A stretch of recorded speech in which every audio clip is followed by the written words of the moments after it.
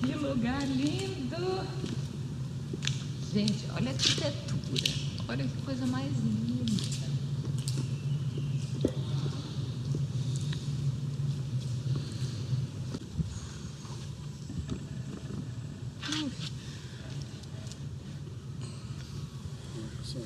Tá gravando.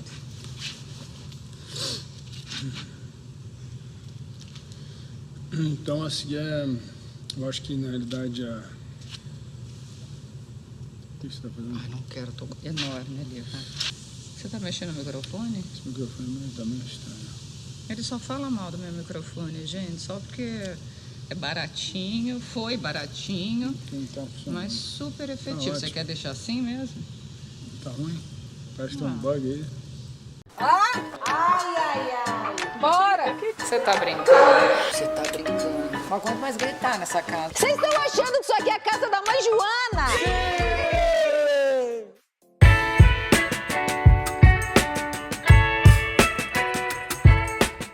Bem-vindas a mais um episódio da Casa da Mãe Joana, direto da Espanha, aqui Tenerife, em na casa do xerife. Tenerife, na casa do xerife, aqui nas Ilhas Canárias. Estamos aqui na Espanha e a gente vai bater um papo sobre... Será que é melhor a gente pôr um óculos escuro? Nossa, vitamina D no olho é muito bom. Agora ele tá com essa mania, tá, gente? Ele acorda de manhã cedo e fica lá, quanto tempo? Meia hora?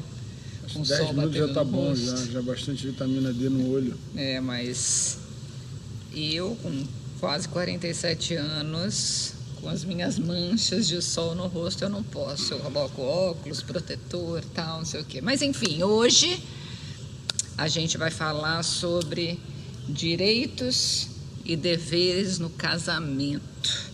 Como que você e seu marido, você e sua esposa tem encarado, né, o casamento de vocês? Vocês brigam e exigem os seus direitos ou vocês entendem quais são os seus deveres como esposa e como marido? E aí? Acho que na realidade acho que você casa já não entendendo esse princípio, né? Até porque quando eu me lembro, quando o pastor vem, o caso Um padre, vai enfim. fazer o casamento, né? Ele faz umas perguntas muito interessantes, assim, na riqueza e na pobreza, né? São as juras de amor ali Ele no fala, altar. ele fala sobre o Yin e Yang, né? O Yin e Yang, todo mundo conhece, a gente tem dois sistemas no nosso corpo, né? O parasimpático e o simpático. Um é o digestivo e o sono, e o outro é o vai para a luta, vai para a caça, né? Então, Peraí, dá só um pause.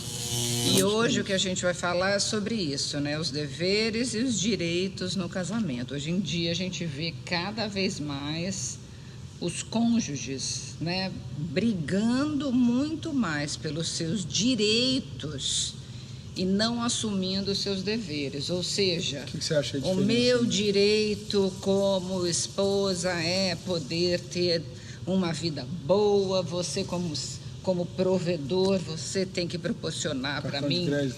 luxos, um cartão de crédito sem limite. O meu direito como mulher é isso, eu agora posso ir trabalhar fora, você tem que estar mais em casa, me ajudar nos afazeres da casa, né? Tipo, ao invés da mulher entender que o dever dela é o quê, gente? É auxiliadora, é adjuntora. A mulher é a coluna da casa, né? O marido é o cabeça. O marido é o que? Ele é a liderança da casa. O dever do marido é ser o líder da casa. E hoje em dia a gente vê, infelizmente, as mulheres gritando pelos seus direitos. E aí eu vou até além do casamento, né? Elas gritam pelos seus direitos de atingirem uma posição alta numa multinacional, de poderem estar se destacando no mercado de trabalho, né? De estarem naquela busca incessante de ter, de repente, um diploma acadêmico, ser master degree em não sei o quê. e elas tá... esquecem do dever que elas têm como mãe, como esposa e adjuntora do lar. O que está por detrás dos direitos são as regras, né? A regra do jogo. Então, assim, quando você começa a entender, quando eu falo assim, qual é o meu direito? Quando você lê a Bíblia e você vê que Deus colocou ali os direitos e botou os deveres de cada um, não os direitos, ele botou os deveres de cada um. Porque quando você coloca um direito, o direito que é hoje, amanhã vai ser ao contrário, né? Eu lembro como se fosse ontem. O Davi perguntando por que ele não podia dormir mais tarde. Era um dever dele dormir cedo. Eu me lembro que na semana seguinte, a Vitória aqui era perguntando por que a gente não pode dormir mais tarde. Vocês podem, né? Era um dever deles dormirem mais cedo, porque eles precisavam dormir mais cedo, porque eles estavam numa idade que não podia dormir tarde. Eles tinham uma agenda. Então, quando você começa a entender o que está por detrás dos direitos, na realidade existem as intenções, né? Quais são as intenções daquele direito? Eu acho que aí mora um perigo muito grande, porque a gente começa a criar uma realidade, uma realidade que não é de acordo com aquilo que é natural e saudável para um relacionamento. Quais são os direitos que você acha que os homens têm reivindicado, né, hoje em dia, nos dias atuais, né, nessa sociedade moderna, nesses casamentos abertos que a gente vê, né? Quais são os deveres que os homens estão deixando à tona e os direitos que eles estão reivindicando? Espera só um minutinho, abaixa aqui. Porque... Abaixa aqui a minha tela? Porque está bem na frente. Eu acho que foi o que eu te falei, por detrás dos direitos existem os valores, né? Então, assim, o grande problema hoje dos homens é entenderem que antes de eu ter o direito de fazer algo, eu tenho que merecer aquele direito, né? Eu tenho que fazer por onde. Então, eu vejo, a gente está falando de um relacionamento, mas vou trazer um pouco para um lado simples, o lado do esporte. O direito, não é todo direito de todo atleta ser campeão. Não é direito de todo atleta, é somente de um atleta ser campeão. É o direito ou o dever? Desculpa, vai ser o direito do cara, o direito do cara competir. Ele trabalhou para aquilo, ele se inscreveu. O direito, acho que todos têm o direito de competir, desde que eles... Nem todo mundo tem entrada, vamos supor, o direito... Não, todo mundo tem entrada, mas nem todo mundo tem o direito de ir para uma Olimpíada. Isso, o cara tem que conquistar. Depois que ele conquista, o que está por detrás... Aliás, todos têm o direito, mas você vai ter que conquistar. Isso, conquistar. Então, vamos dar exemplo. Então, num relacionamento, né, quais são os direitos? Os direitos, você chegou lá, você casou, você está apaixonado por... Como é que você se apaixona por uma pessoa? Você faz juros de amor, né? E, de repente, você vira sua pessoa vira seu maior inimigo. Eu sempre pensei nisso. Como é que uma pessoa que você dorme, você tem filho, você criou... Como é que ela consegue virar o seu maior, um dos seus arcos inimigos no mundo, né? É triste, porque fica uma coisa financeira, o casamento é financeiro. Então, quando você sai desse lado todo e vê quais são os meus deveres, né? Mas você me enrolou e não falou qual o dever do homem no casamento. Primeiro é entender isso, esse sentimento do que, quando eu vou atrás da minha esposa, imaginar, essa mulher vai estar comigo pro resto da minha vida, eu consigo estar do lado dela, eu consigo... Mas o dever bíblico, viu? O que a gente segue? Qual que é o dever do homem no casamento? Eu acho que... O que ele tem que honrar? A mulher, o dever da mulher é o quê? Ser adjuntora, é ser edificadora, é estar lá, né, ajudando o marido. Número 1 é entender que ela se torna você. Então, assim, justamente ela se torna a sua costela que você não tem. Então, você começar a olhar para a mulher... O dever do homem é o de liderar a casa. Ele é o líder da casa e hoje em dia a gente vê, infelizmente, a estrutura familiar se desmoronando, porque como as mulheres saíram para o mercado de trabalho, que eu acho super bacana e vocês me conhecem, super apoio, desde que as prioridades não sejam violadas, gente, porque uma vez que eu saí para o mercado de trabalho, saio de casa às 7 da manhã e volto para casa às 7 da noite... Eu não consigo mais administrar o meu lar, eu não consigo mais ajudar o meu marido, eu não consigo mais criar e educar os meus filhos. Mas antes de você ser o cabeça, antes do homem ser o cabeça, ele tem que entender o que é o cabeça. Aí que tá. O problema é que a gente está falando de direitos e deveres, né? Direitos, mais de direitos do que de deveres. Porque, na realidade, antes de você ser o cabeça... Mas a gente tem que falar mais de deveres do que direitos, só que esse é o problema. Um casamento sem Cristo não existe. Então, mas é isso que na Bíblia, o que diz? Qual o dever do homem? O dever é o homem é o cabeça. Mas primeiro ele tem que trazer, na Bíblia, no versículo 5:18, lá em Efésios, fala que primeiro ele tem que ser cheio do Espírito Santo. Isso, qualquer um, né? É só que o problema é que muitos casamentos, eu acho assim, para mim um casamento para dar certo, ele sem a casa ser cheia do Espírito Santo, é difícil você ter esse casamento que a gente acredita hoje, a gente vive ele hoje, a gente sabe como é que ele é hoje. Gente, se a gente não tivesse Deus no nosso casamento, com certeza a gente não estaria junto. Existe né? uma A gente, com certeza, eu era a perfeita mulher do século XXI, que era independente financeiramente, emocionalmente, eu tinha a minha vida, eu pagava as minhas contas. E quando eu aceitei Jesus, eu lembro que Deus me quebrou mesmo e me mostrou que realmente é ser uma filha de Deus. Então, acho que o que você falou, em primeiro lugar, tem que ter a presença do Espírito Santo. Isso é óbvio. Mas isso aí as pessoas não entendem. Tem muita gente que não faz ideia que a gente está falando. Mas, assim, existe hoje em dia aquela pessoa, pô, mas eu sou separado, eu me dou super bem com a minha ex-mulher trabalha comigo. Eu não estou falando sobre coisas do mundo, né? Estou dizendo assim, como é que é um casamento? Ninguém entra numa união sabendo que vai separar. Primeiro que eu já achei errado, o cara começa uma união já preparando toda a separação, principalmente quando tem muito dinheiro. Então, assim, uma união é como se fosse até a morte, é como se fosse um lutador, volta para a luta. O samurai, antigamente ele lutava, era luta até a morte. O cara ia no Coliseu, ele lutava até a morte, ele sabia que aquele podia ser o seu último combate, ele estava lutando pela sua liberdade. Quando você começa um casamento, falando, eu vou ficar com essa mulher para o resto da minha vida, até eu morrer, a gente vai passar por batalhas longas, e a gente não vai separar. Então, hoje em dia, a gente vê o cara indo para a guerra, com 17, 18, 19 anos, dando a vida dele por algo que ele não acredita.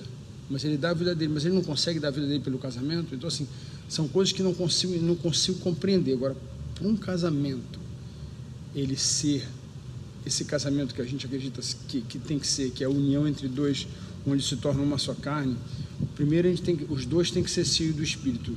Não dá para dar certo se um acredita numa coisa e o outro acredita em outra. Eu não acredito que possa dar certo. E foi o que eu falei, para muitas pessoas podem dar certo, mas não é a coisa correta. Então, cheio do Espírito. Depois que é cheio do Espírito, o homem tem que entender que ele é o cabeça. Falou finalmente! Mas ser o cabeça, na realidade, no caso, não é aquela coisa de eu mando, como muitas pessoas antigamente mandavam. Claro que não. Antigamente não. Infelizmente tem muito homem hoje em dia, inclusive líderes de igreja, que tratam a mulher igual um capacho, né? Porque eles falam, não, eu sou o líder, eu sou o cabeça, e a gente sabe, e temos como exemplo Jesus, que foi o maior líder de todos os líderes, que nos ensinou que o que é liderança é através do que? Da servidão. Então, maridos, a passagem que eu amo na Bíblia põe aí, amem as suas esposas assim como Cristo amou a igreja. E, gente, difícil, homem não entende isso. Se vocês amarem a gente, vocês vão ter tudo da gente, porque a mulher já se doa muito mais, a mulher já cede muito mais. Quando a gente se sente amada, quando a gente se sente protegida e cuidada, a gente vai dar... Eu lembro uma pregação uma vez do Silas Malafaia, que ele falou...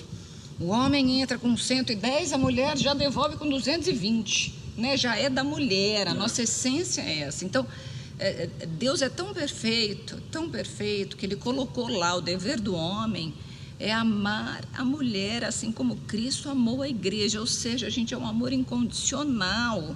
E nós, mulheres, o nosso dever é o quê? É de ser adjuntora, é de ajudar, é de somar. Nós somos a coluna.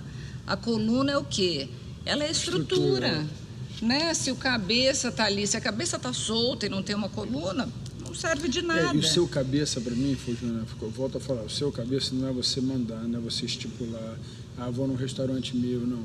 Ser o cabeça, na realidade, é entender que o homem, ele vai proteger a mulher, né? O homem, geralmente, não que a mulher não possa proteger o marido, não estou dizendo que seja uma coisa, mas estou dizendo, o homem, geralmente, ele vem com uma parte, quando a gente fala da cabeça, a cabeça, ela serve para pensar, né? Mas a cabeça, na realidade, ela tem um equilíbrio no corpo. Se a cabeça não estiver no lugar certo, o corpo vai para o lugar errado. Então, assim, o grande problema dos homens hoje em dia é que eles acham que ser o cabeça é começar a mandar. Pega isso, seu dever é isso. Aí começa a falar meu direito é esse, qual mas é o dever dele? Mas aí, só desculpa te interromper, mas aí, antigamente, as mulheres eram totalmente submissas ao ponto de serem capachos, né? Porque foi o que você falou, o homem era extremamente autoritário, machista, tratavam as mulheres que não tinham nem direito de ser donas da mesma casa, né? Enfim, eram casadas, tudo, não podiam votar, não tinham direito de ser donas da casa.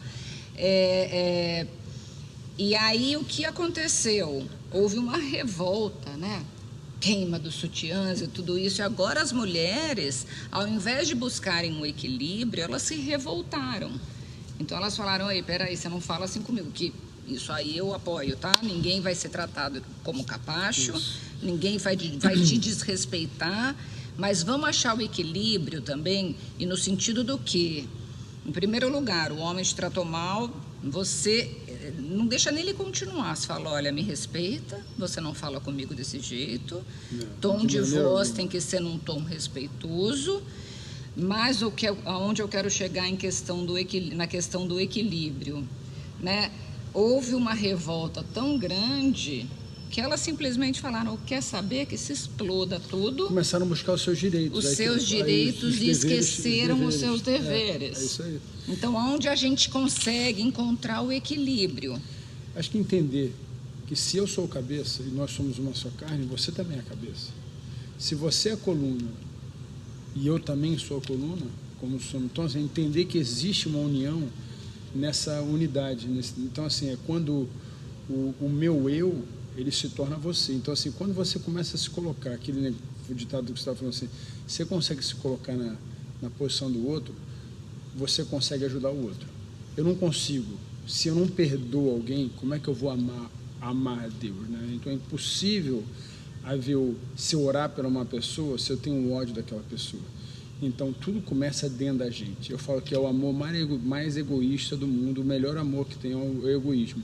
Amar ao próximo como a si mesmo. Então, se eu não consigo entender que eu sou a Joana, metade de mim é a Joana, eu vou começar a entender que quando eu for tomar uma decisão de cabeça, eu tomo uma decisão em forma... Pensando num corpo. Até porque tem coisas que eu tomo a maioria das decisões lá em casa, a gente toma em conjunto, mas muita coisa que você faz, você já sabe do jeito que eu gosto, qual o tipo de ovo que eu gosto, qual o tipo de...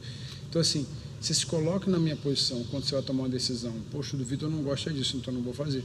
E quantos casamentos não dão certo porque o marido faz para cutucar a mulher e a mulher faz, então vira uma competição. Aí começam a buscar os seus... Aí vem a proteção judicial, aí vem a proteção da família, que é isso é um assunto que a gente pode falar depois, que é a família que destrói o casamento. Aí a gente vê sogro, sogra,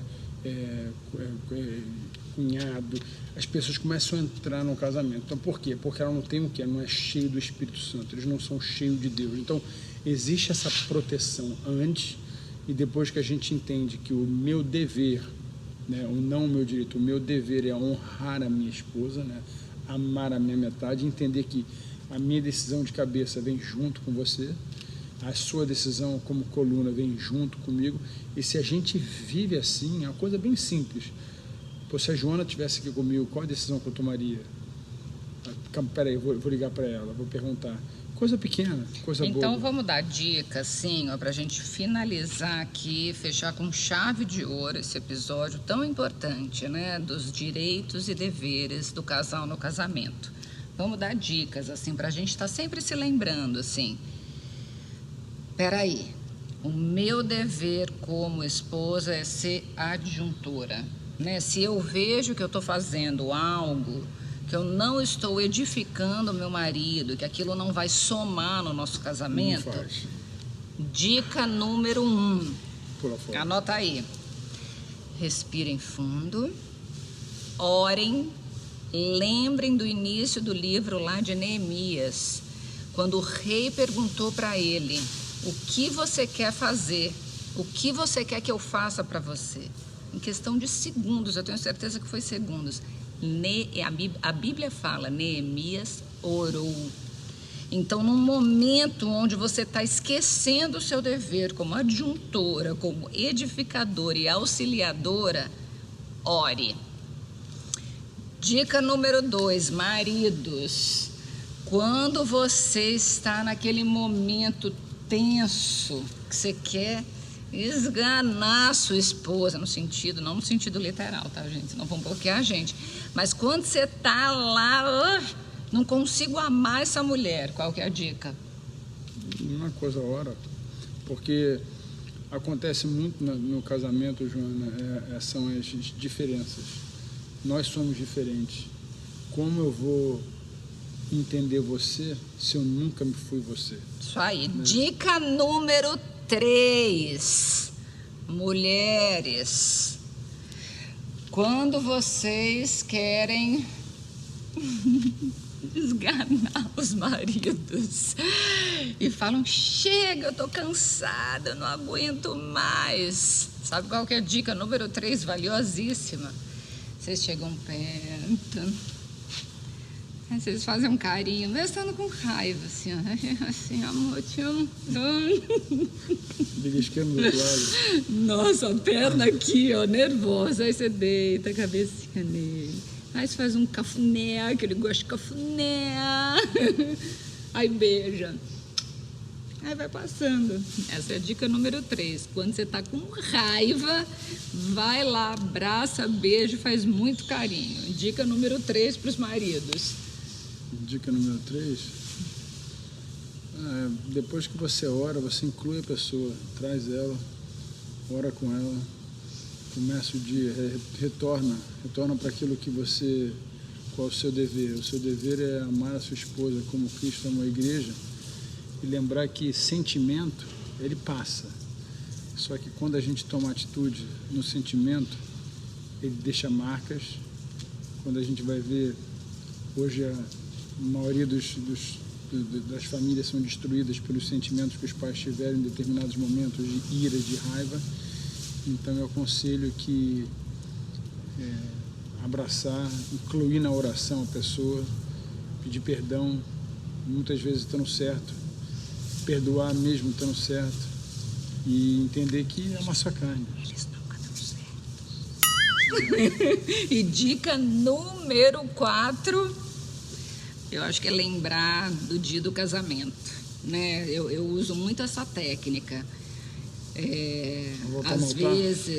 Às vezes quando eu perco a paciência, ou quando eu falo, ai, o Vitor tá me tirando do sério e tal, eu lembro, né, do que uniu a gente, as juras que a gente fez no altar, né, como que era o início, né? A gente está fazendo já 20 anos de casados, mais não sei quantos anos juntos, né? Então eu lembro das nossas juras de amor, né? Como que o nosso relacionamento começou, né? Como eu te admirava, o que eu gostava de você. Eu acho que essa dica número 4 também é muito importante.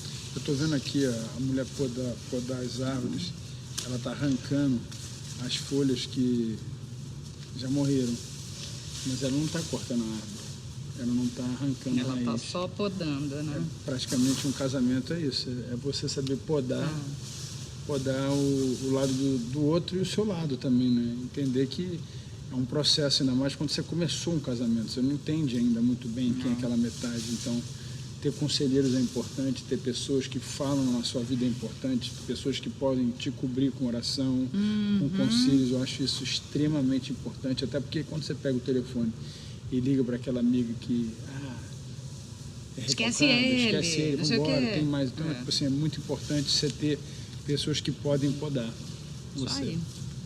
Obrigada. Parabéns. Lembrem dos deveres no casamento e deixem um pouquinho de lado os direitos, porque eles vão vir automaticamente. Bem junto. Né? Eu acho que quando a gente entende qual é o nosso dever, isso eu digo até numa sociedade, em uma família, na cultura, quando você entende o seu dever, os direitos vêm automaticamente. Beijo, direto da Espanha, aqui, na casa da mãe Joana, em Tenerife. Adiós.